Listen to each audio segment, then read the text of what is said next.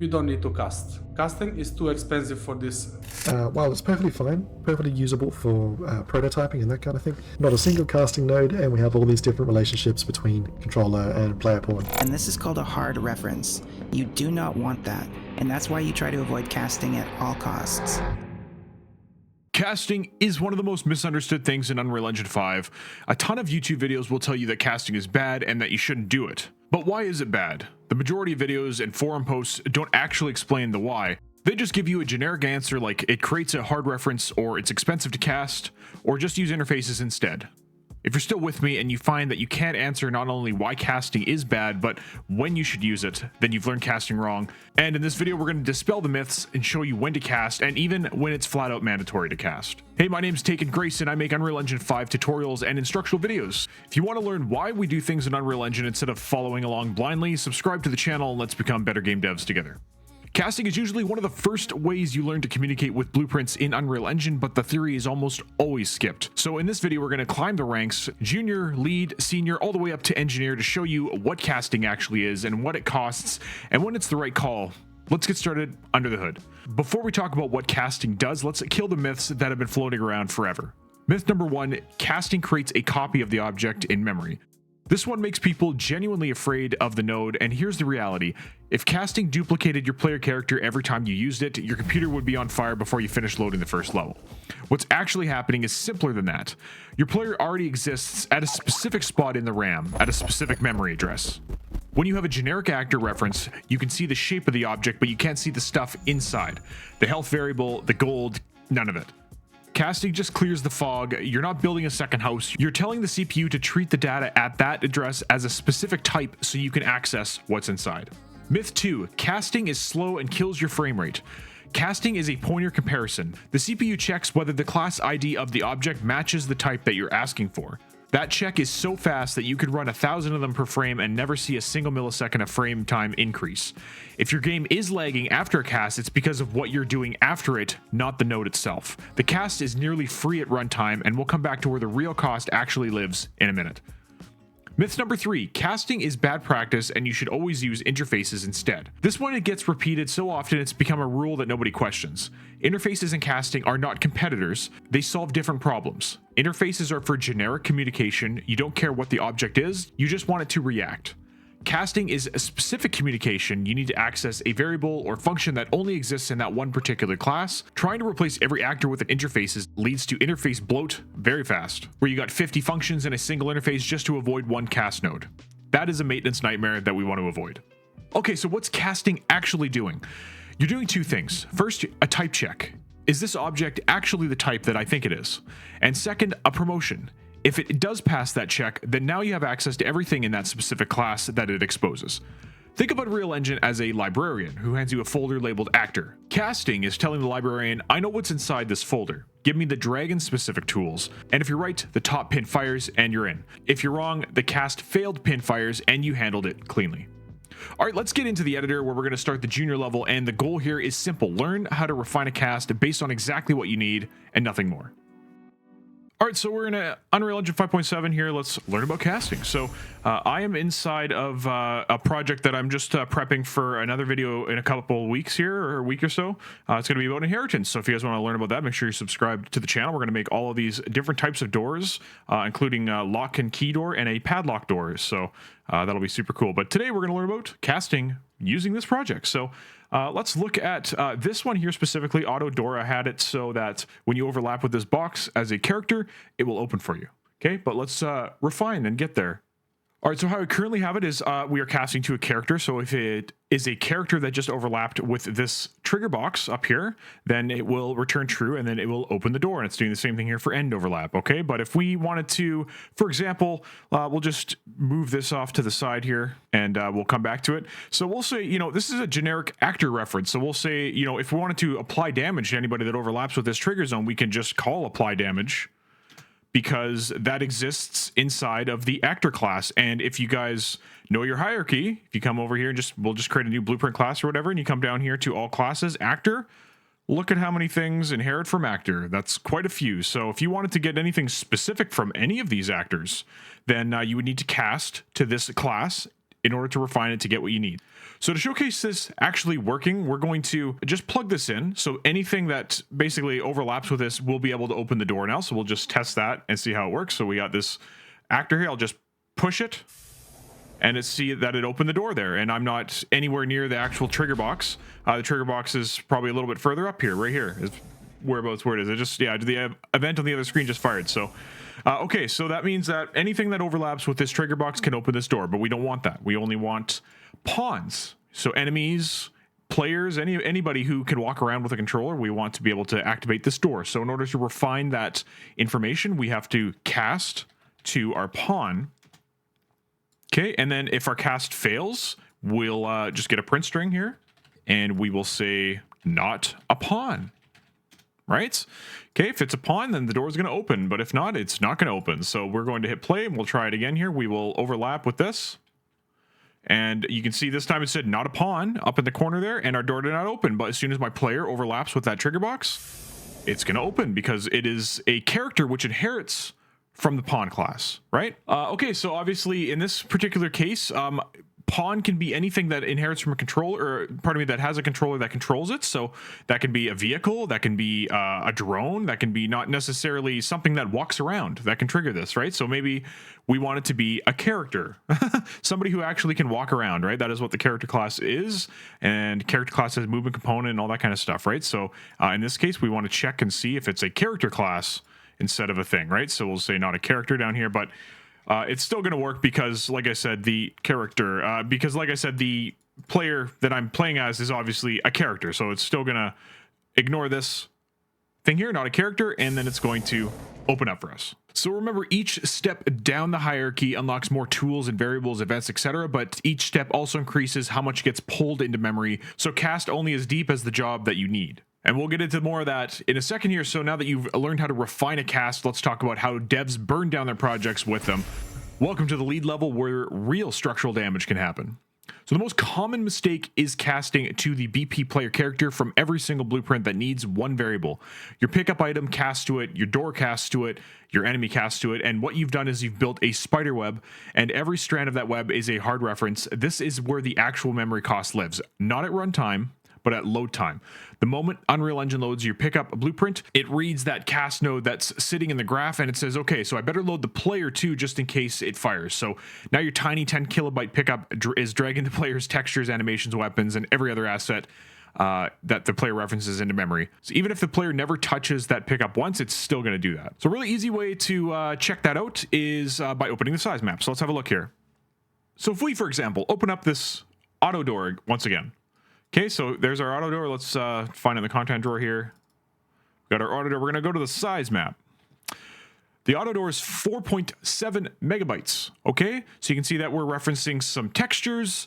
We're referencing some sound effects, all that kind of stuff. Okay, so that's what's inside of this particular blueprint. So you'll notice that the character that we casted to wasn't in that size map, and that's because the character is a C++ class. Basically, casting to a C++ class is essentially free. Okay, I'll show you more of that and explain more of that in a little bit here. But anyways, if you were to cast to a blueprint, so even for example, okay, so we have the BP combat character, okay? So if we cast to the character instead, inside of auto door here, so we will cast to BP combat character. Okay, so we're going to do that. We're going to plug this in now. And we're going to hit, we have to save in order to see the changes. So we'll save and make sure this is compiled. And now we're going to open up our auto door once again and check the size map. Now you can see that the size map is now 45.9 megabytes instead of 4.7. So it's loaded all of the player's animations, all the textures, the skeletal mesh, all that kind of stuff. Okay, so it had to load all of this because it saw that, oh, we cast it to the player character. We now need to ensure that everything here is loaded. Okay. So obviously we don't want to do that. So the safer alternative is to cast to base classes. Okay, so I'm actually going to show an example inside the combat character. All right, so here's the combat character. I'll just open them up to start with, and then I'm going to look at their size map. So their size map is 41.3 megabytes. Okay, so here's their event begin play. So if I cast to the auto door. Okay, that's the blueprint we were just in. Okay, and I'll just create a random variable here just to illustrate my point. We'll say door, and we'll say that this is the BP door master, which is the parent class. Okay, so we'll plug that in, get door, whatever. We'll just kind of showcase what's happening here. Okay, we'll make sure we're saved, which we are. Now we'll open up this combat blueprint again, or combat character blueprint again, size map. You can see that it went up to 45.9. It's pretty small compared to the rest of it, but you can see that we have the auto door, we have all of the sound effects, we have the material, so we can actually expand this. So yeah, we have the material, we have the sound effects, and that's all referenced inside of our player character now. However, if we were to, cast to BP Doormaster, which is the parent class, which has nothing in it, by the way. It's an abstract class. It doesn't have any materials. It doesn't have any sound effects. It doesn't have anything like that. So we'll compile and all saved. So we'll check the combat character now. And you can see that it's 42.5. So it's less than it was before, right? Because we loaded the base class and nothing to do with the actual door. The door obviously has more data in it because it's got sound effects, static meshes, all that kind of stuff, right? So that is significantly less than this, right? So that's what casting does. Like, that is the dangers of casting or whatever. So that visual alone will do more for your architecture than any tutorial. So that's the structural hit people are actually describing when they say casting is bad. Not the node, the reference chain that the node creates. This is also where base classes are extremely beneficial. So for example, for your player character, you should have a base class for your player character, or any character that is going to be a player that has no blueprint references in it whatsoever, no materials, no skeletal mesh, no animation graph. Any blueprint references should basically be empty if possible. And then all of your children should populate the data that it needs, and then your children will hold all of that expensive, sizable stuff, and not your base class. So if you're casting to the base class, you're just getting straight data, and that's the cleanest way to do it, right? 2 more habits to kill fast. Don't cast to just grab one variable or fire one event. That's a sledgehammer on a fishing nail, and an interface handles it cleaner with no dependency costs. And never ever cast inside of tick. The cast node is fast, but doing a cast, an is valid check, and a variable read 60 times a second is just bad logic flow.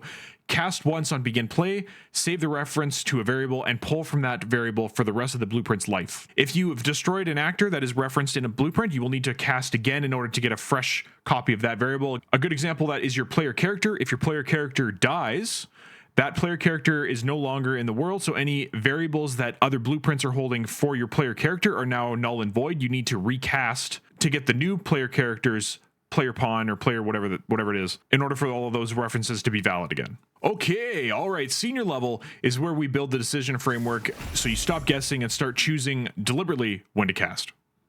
3 tools, 3 jobs. Casting for a specific known object already sitting in memory. Interfaces are for generic communication where you don't care what the object is, only that it can respond. Event dispatchers are for broadcasting. The actor says, I did a thing, and it doesn't care who it is. So a couple quick quizzes just to see, where you guys' heads are at and if you're making the right decisions here. So here's an example over here. So we got this guy over here. So I'm going to interact with it, and the door opens. Would you use an interface, cast, or an event dispatcher for this? In this case, you're going to use an interface because we don't want it to, the door and the player character to be dependent on each other, but we want it to react when we interact with it, right? So all of these doors have interact options on them, right? So in this case, we interact with the door, it pulls down a switch, and it opens the door for us, okay? There's another interact thing over here where we're going to interact with this door. The door is locked because I don't have the right key. So, and then same thing over here. I'm going to interact with this door. It's going to pull up a pin pad, and we can do our whole UI thing, right? Put a pin in, enter the pin. It's going to tell us it's right? So all 3 of those things do different logic, but that's running off of an interface. Okay, so there's also direct blueprint communication where we step on this switch and it opens the door.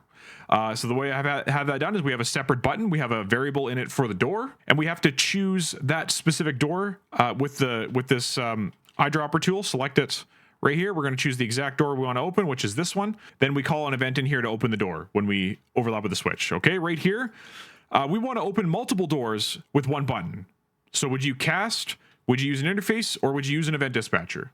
Proper answer is an event dispatcher. Okay, so in the button here, we've created an event dispatcher. So, and all of those doors have subscribed to that particular button. This way, the button doesn't know anything about anybody who has subscribed to its event, but it'll just let them know when it's called. So we'll step on it and we'll open all 5 doors at the same time.